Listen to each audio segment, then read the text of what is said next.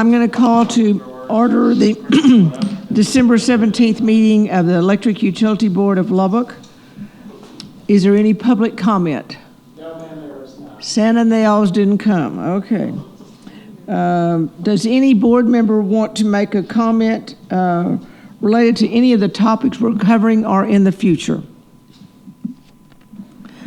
Silence, crickets. And a special thanks to Christy. We can always count on you to be here, so thank you.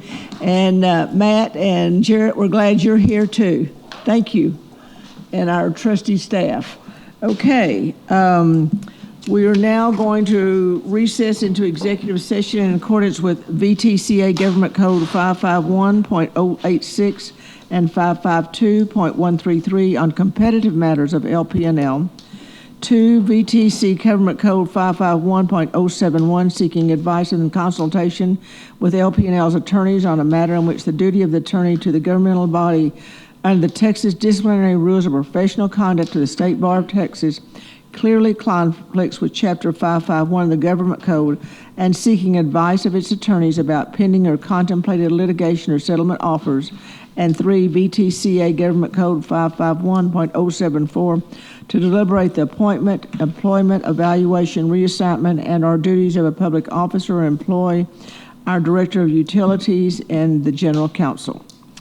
And it is now 11:03, is that correct, Tom? Okay, and we're going to the second floor? Yes.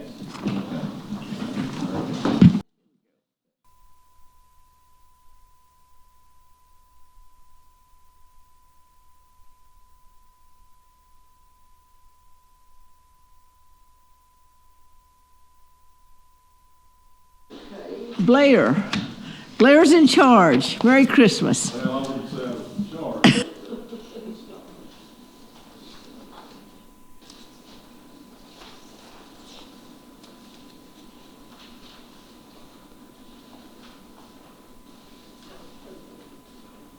There we go. So item number 8. I want to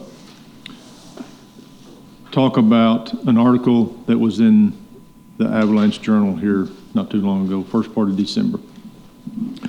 I'm going to skip the usual going over the board packet. I think you can read it and you can look at it and discern what you want to out of it, but I'll go straight to the article. The article talked about it was entitled, Grid Operation Says Texas is Better Prepared for Extreme Cold This Winter. And in all actuality, yes, we are. Since February of 21, there have been quite a few different measures that ERCOT has gone through to ensure the reliability of the grid. They've conducted over 2,300 inspections on transmission and substation generation facilities. They've coordinated different levels, come up with different rules to ensure the reliability of the grid. Some of the things that I've got Joel's cheat sheet here. So some of the things that Joel looks at, he goes down the list and looks at the 85 gigawatts that the ERCOT has peaked at in recent years. He goes through and says, we've got 68 megawatts of gas, 14 coal, 5 of nuke, so that's a total of 87, minus 15, which is typically in outages at any one given time.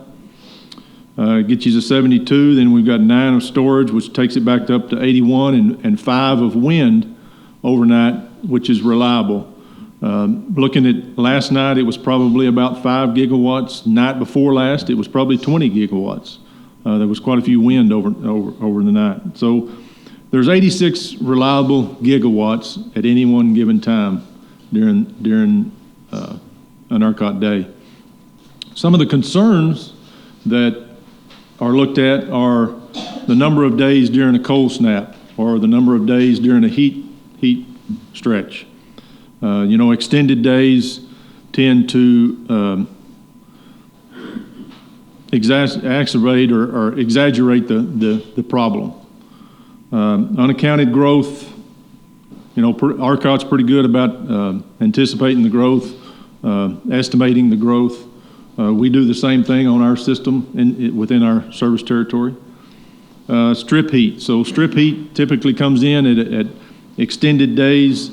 If a heat pump is not effective except between 32 and 60 degrees Fahrenheit, if you get lower 20 degrees, heat pumps are not effective.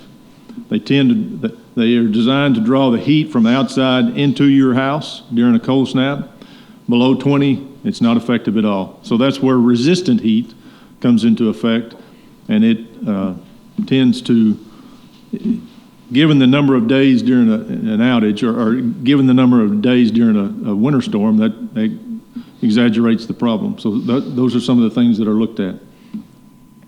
Higher than normal generating outages. Typically during the shoulder months, September to October is a shoulder month. February to, April is shoulder month. March, April, shoulder month. During the winter, you're typically asked not to have outages. Absolutely during the summer from May to September, you're asked not to have any outages.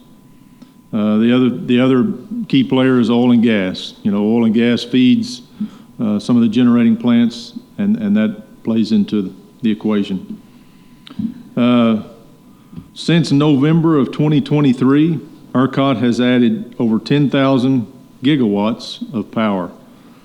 5,100 in solar, 3,700 in storage batteries, 724 in natural gas, and 616 in wind, for a total of 10,188 megawatts. Part of the article talked about a warmer winter this year, but there are possibilities for extreme weather conditions. They say it is very similar to February of 21, but they're looking for the extremes, is what they're looking for. Calls for energy conservation and alerts are not unique to ERCOT. They happen in SPP, they happen in MISO. I'll ask Matt to come up and give you some statistics here in just a few minutes. Conservation by ERCOT has been called for 65 times as of January 2024 since inception, since ERCOT came into effect. And they've only asked for initiated controlled outages 4 times since inception. And I have the dates if y'all want to know those later on, but 4 times since they came into existence. So, going back to the previous statistic that I gave you, conservation by ERCOT, it's 65 times as of January 2024. Conservation is just a request to be cognizant of what you are using and cut back if you can. With that, I'm going to ask Matt to talk about some statistics, if he would.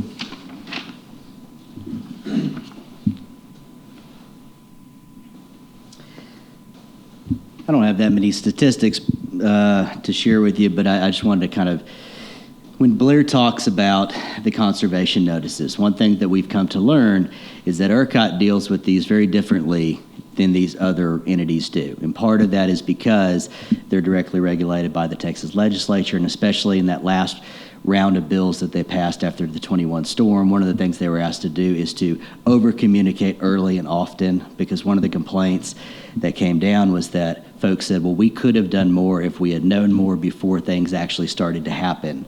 And so they force ERCOT to do that. That's a good thing. The downside of that is that as a public, you're constantly hearing every single time ERCOT calls for one of these voluntary conservation measures. And if you look at the SPP, the way that they run their stuff, they have one more level before they get to what ERCOT calls conservation. And for them, it's basically where they call out to utilities like what we used to be operating in the SPP, and they say to us via email, we're going to be tight today. Please please operate your grids in a conservative fashion and do what you can to tell your customers to conserve. And then they put big bold on the bottom, this is not a mandatory conservation for customers. But with that being said, if you just look back at the last year, there were 35 grid notices that were sent to us directly. So it's not like they've been without issue. They've sent us 35 different instances where they've said, please run conservatively, versus, Blair talks about ERCOT, that like in 2023, they had 10 conservation calls, again, voluntary conservation. So they're doing it at about the same clip, they're just doing it in a different fashion, and ERCOT's putting it out via press release, and SPP and MISO and these are doing it via emails directly to the utilities. And then what Blair talked about in terms of the events that have taken place. There have been 4 events that have taken place, but really the 3 ones that we always kind of remember are 89, 2011, and 2021.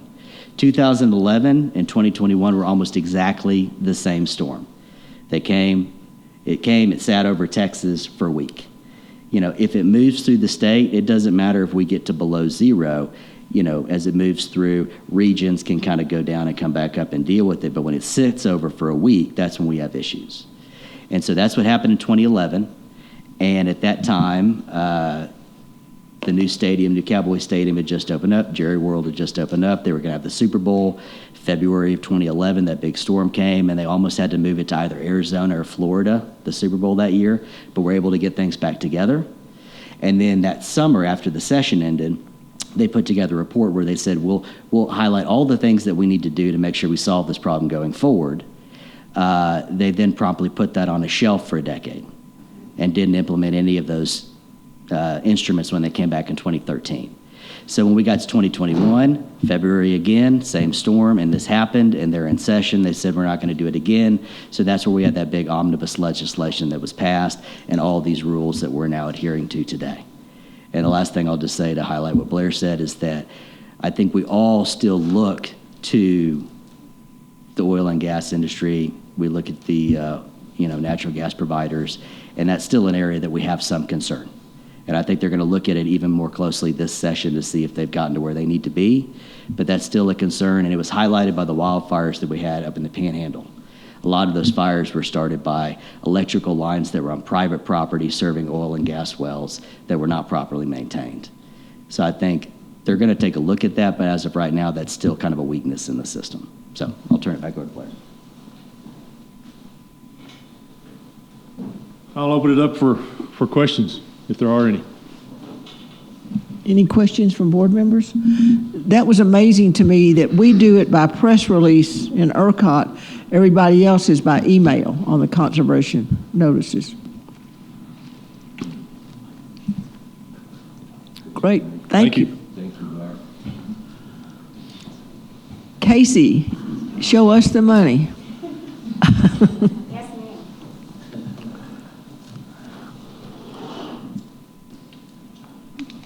ma'am. Okay, so we're going to be going through our October financials. And I just want to say, I am 99% sure these are going to be September's final numbers for our financials. We had a few last minute entries Monday, and I think we're done. So overall, we had a decrease of $517,000 in cash. If you look at our cash flows, we did have a positive cash flow in our operating activities. So of $10.9 million, that's going to be payments from our reps coming in. That is also reflected on the balance sheet and our receivables. You can see there's an overall decrease in our receivables of a little over $9 million. In our cash flows from financing activities, we had a negative cash flow of $12 million. $2 million of that's going to be CIP spending, and then the other $10 million of that is going to be an interest payment that we made in October. And that's going to be reflected on the balance sheet and our liabilities. If you can see that $9.6 million decrease in our liabilities, the majority of that is the interest payment we made out of our accrued interest payable. And then in our cash flows from investing activities, we have a positive cash flow of a little over $1 million. We didn't have any CIP drawdowns. That's just going to be from interest income. And then overall, our net position decreased $1.1 million from September to October. Looking at our ratio, so our days cash went from 191 to 260. I know that might not make sense considering our cash decreased. Yeah. So the reason is, so we base this off our overall budget for the year. And this year, our budget's a lot less for the expenses than last year, so we need less cash to cover, each day of operation. Our operating ratio went from 0.678 to 0.711. Now, I did tell y'all last month that because we pulled out that PCRF liability, that ratio was a little deflated because of that. So I assume that the 0.711 will remain fairly stable going forward as our revenues and expenses are going to be stable. And then our current ratio, if y'all remember last month for September, it was like 7 point something because some entries hadn't been made. And so the 3.84 is the final ratio. So we actually did have an increase in our current ratio from 3.84 to 4.54. And that's going to be mostly due to us making that interest payment and taking down our liabilities. Okay, and our distribution revenue, we came in a little under budget. You can see a 10.9.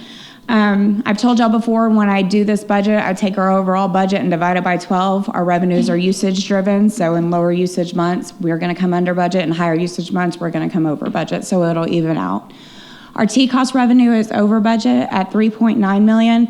This is mostly due to the final rate wasn't approved when we did the budget, so we still have the overall budget at the 36.4. So we'll continue to see that come in over budget. ERCOT hold harmless is right on budget, and our operating expenses as well as our operating income is coming in right at budget.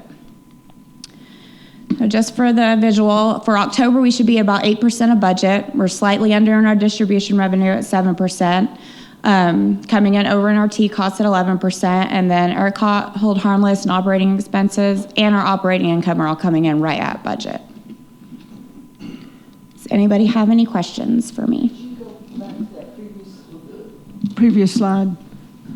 On the T-cost revenue, we budgeted this for this October starting year at Yes. 36.5, and we're coming in at $4 million, and that's because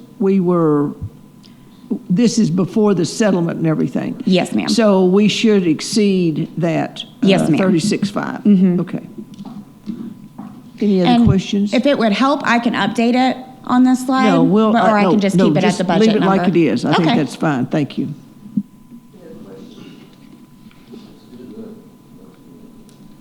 All right, thank y'all.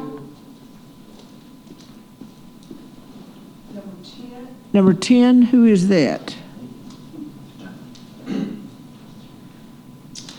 Is that Matt's back? It Matt's is. back. Okay, so I'm going to give the last of these presentations that y'all have seen the last few months. I'm going to throw a lot of stuff at y'all. Got a lot of graphics and things, and I'll move quickly. If anybody wants me to stop, please let me know. But what I really want you to focus on is not one individual thing, but just kind of overall, where we've gone in the last 12 to 24 months. So we'll start with the biggest thing that we've done, obviously the retail competition wrap-up. So we looked at putting that campaign together. We started with owned media, meaning stuff that we control. So we started with the website. So early on, we loaded up all the customer information and the competition information on the website. We put all sorts of information up there in terms of what they need to know, who they need to contact, when they need to work out certain events. We put together a shopping guide. We put together a public presentation that we gave, and we put that on our website. And we had an overview handout that we handed out at each one of these events with a QR code if they didn't want to take the full shopping guide. But that was a promise early on that we put together a product where they could have all of the information that they needed and that it'd be on their website and at public events. We created 3 explainer videos. They were animated.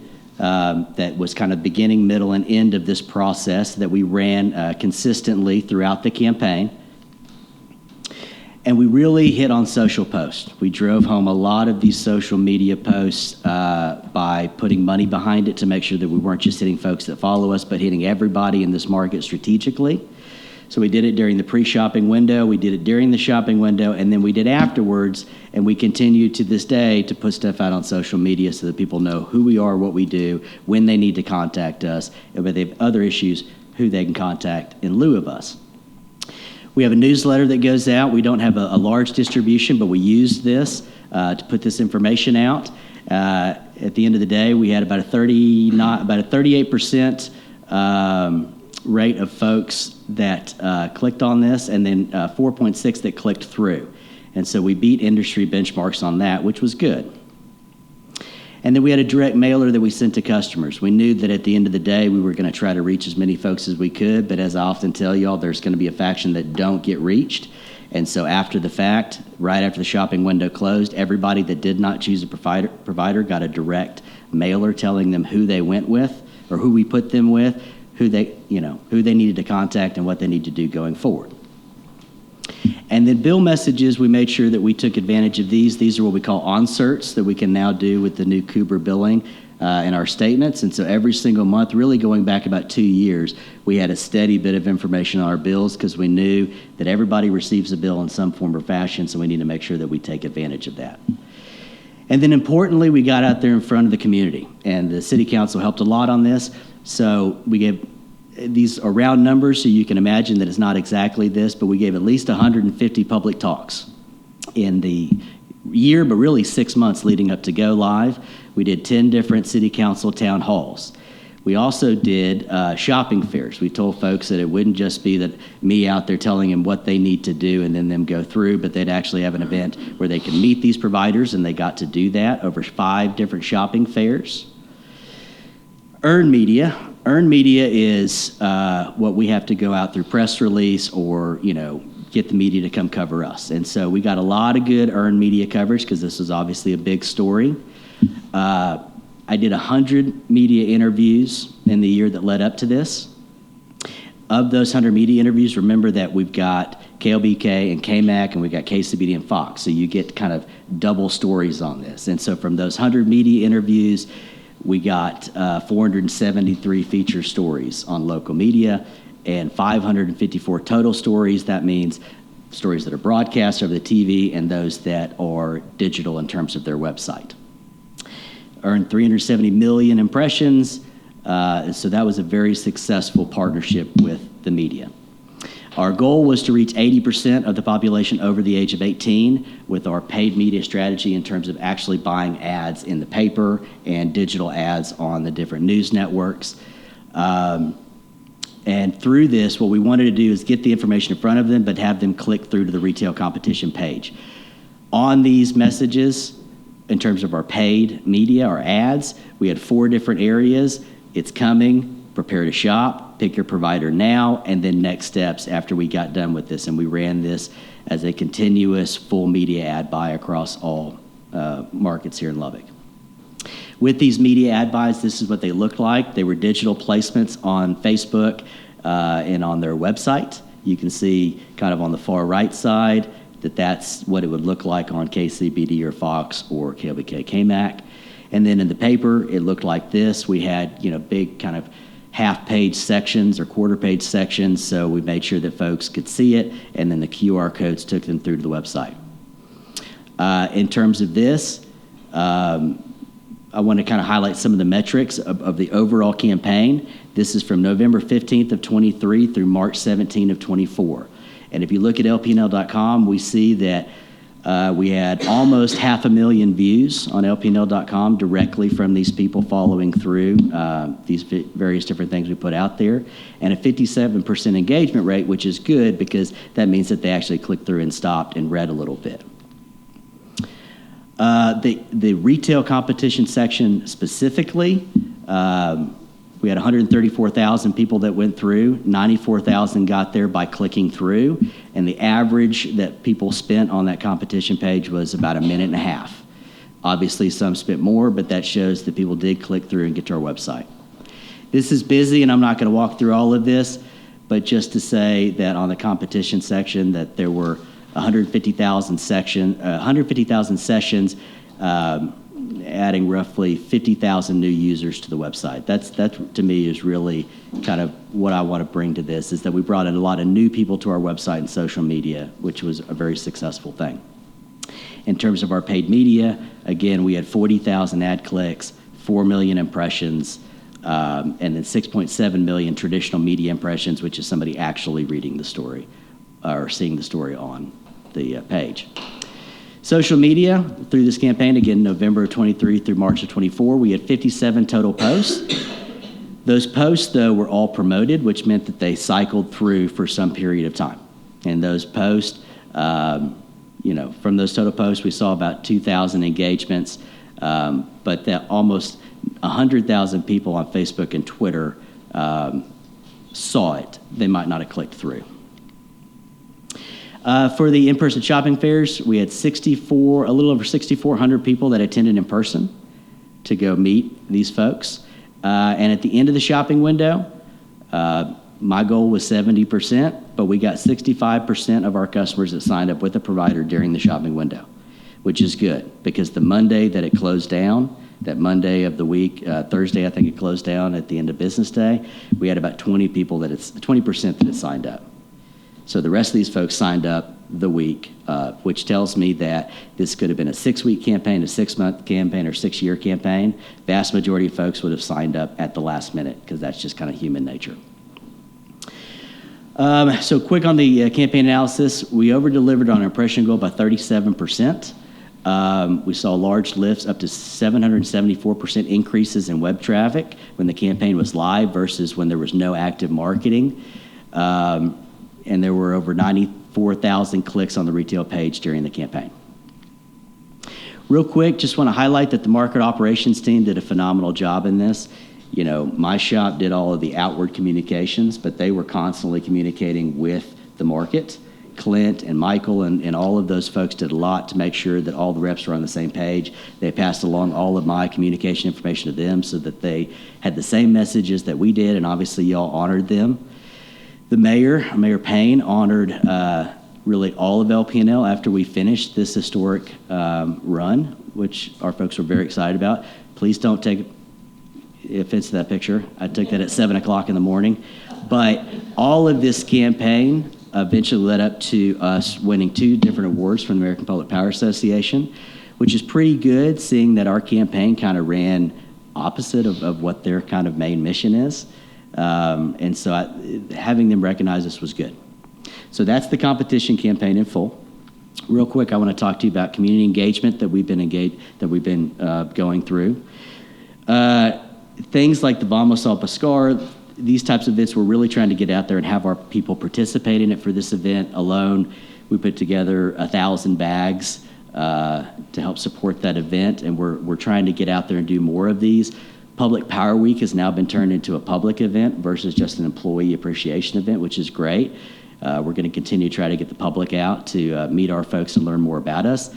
And then things like Safety City, helping out the South Plains Food Bank, and importantly, education programs in schools. We've engaged in all 3 of these a lot more this year, and we'll continue to grow that in the coming year. We want to make sure our folks are out there being seen, and we're spreading good safety information. We also participate in things like the move over, slow down rallies, because that directly affects us along with all the other first responders. And our linemen continue to be recognized in all sorts of fashions. And obviously you all know about their hurricane work, but we got a lot of good publicity and goodwill over what they have been doing. While all this has been going on, we've also gone through and updated all of our logos so that everybody hopefully now has the proper email signatures and logos that they're using. And we put those up on an internal website, make sure everybody's updated their stuff.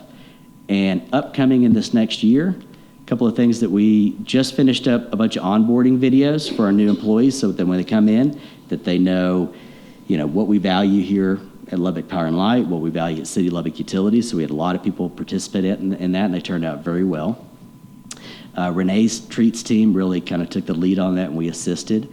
We've gone through with Renee's team, Clint's team, and we're updating all of our different forms, and these are the orientation forms that new hires have But we also have new resident checklists that we're putting out there. So if you come and you're a new customer here, you get a packet that gives you not just information about us, but what you need to know. Also gives you information about how to go sign up with an electric provider. So we're going to be putting those out to customers. And importantly, we're getting well on the way of our new website for City of Lubbock Utilities. We finished the wireframe, so we're building out the website copy. This is just kind of what it looks like in general. But right now, we're going through and filling out all the content. We're making sure that all the other areas of city water, stormwater, solid waste, that their areas are, appropriately populated with their information. And at this point, if we don't have any setbacks, we hope to roll that out right here in the first quarter of 2025. So that's what we've been doing. Are there any questions? Wow, very impressive. I think that, Matt, you and your team and the whole organization undertook something that hadn't been done since 2000 when the rest of the state. But, I mean, it kind of is overwhelming to see the work that has been done from, we sit here at the board and we kind of get to have the insight, but we don't even get to see all the little fast paddling underneath. Remarkable, and congratulations on the honor. But it's well done, professional, and you'll be the template if anybody else decides to do this. Well, Any other you. comments from board members? Yeah, and it's one of these things that we didn't start it, in November. It's been growing for some time, and all these messages, and so when you get done with it, and you look back and you look at all the metrics and you look at all the folks that have viewed all of these things, it does kind of surprise you because you feel like you've just been saying the same thing for 10 years or leading up to it. But one of the things that really, really helped with this is that when I first came on board in 2013, it was like pulling teeth to get folks within the organization to kind of step out there and volunteer or be, the face of a particular thing we're working on, or to get engaged with the public. If you just looked at the 10 years that I've been here and the start of this campaign, there were so many people within the organization that stood up and played various different roles, talking about this in the community, talking about it to market groups. I don't have to go out there and convince folks to come tell our story anymore. Clint and Camille and these folks have done a great job. Blair and his shop, Cody, these guys want to get out there and volunteer now. They want to go to schools and give education programs. I don't have to twist their arm. So I'm really excited that now it's fun, because now I get to go find fun things for them to do. But a lot of times they end up just calling me and saying, FYI, we did 2 events last week. We took some pictures, here you go. And that's what I like to see, is they're taking it upon themselves.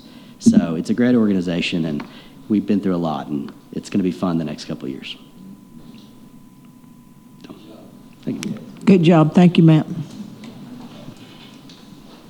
Number 11 on the agenda, in December, we do our officers. We need to consider, nominate, and elect officers for this coming year. Do I hear any motions? Madam Chairman, I'd like to make a motion that we elect a slate of officers, and I would recommend that we elect the chairman to be Gwen Stafford, yourself, Vice Chairman Edwin Butch Davis, Secretary Eddie Schultz, and I would make a motion that we elect them as a slate to the Electric Utility Board. Thank you, Dr. Ryan. Is there a second? Second, Gonzalo. Are there further nominations? If not, we'll vote on the motion to elect the slate. All those in favor, please say aye. Aye. All those opposed, no. The motion carries. Number 12. Felix, you keep us all in line and don't let anybody say anything until it's ready to come to board, right? I try. Yes, ma'am. All right, number 12. So we're here for RFP, consider an award request for proposal 7113-24-ELD. This is for crane services for annual pricing. This is for Berry Contracting. This is a 1-year contract with 4 automatic annual renewals. Only 1 proposal was received. We did extend the renewal, but nobody turned in anything else on this. So we do bring to see you for award. Any questions? Any questions? Do I hear a motion to have a resolution for the crane services. I move we accept this proposal. Second? Motion by Mr. Davis, second by Mr. Harville. All those in favor, please say aye. Aye. All those opposed, say no. The motion carries 7-0. Thank you, Felix. I'll do the next one. You want to add anything? The next one? Oh, you got the next one. It's the Felix show now, number 13. This one is the Seventh Amendment for Principal Services. This is a consulting firm that we've had for quite a while now. We are going to amend their agreement by $250,000. This will finish out their project with this firm, which will end May 31st, 2025. They've been helping us for quite a while now, but now we're at the end of the rope, and this additional funding here will finish it out. Is there a motion to consider the extension of the resolution for principal services to finish it through May 31 with an increase of no more than exceed $250,000 from 124 to 1625, 650? So moved. Motion by Dr. Ryan, Second. second by Mr. Davis. All those in favor, please say aye. Aye. All those opposed, no. The motion carries 7-0. Thank you, Felix. Thank y'all. Y'all have a Merry Christmas. On behalf of the board, I wish you a blessed and Merry Christmas to board members and all of our really outstanding staff. And in honor of Joel, this meeting is adjourned.